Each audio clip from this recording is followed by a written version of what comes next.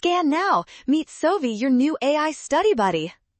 Governments often provide free primary education, but do you know the economic reason why? Let's solve this social science mystery together right now. First, we must recognize that governments provide free primary education because it creates massive social benefits. By making it mandatory and free, they ensure that every single child can attend school. Next, consider the long-term impact of this policy on the workforce. When all children receive basic skills, it levels the playing field and helps to reduce future income inequality significantly over time.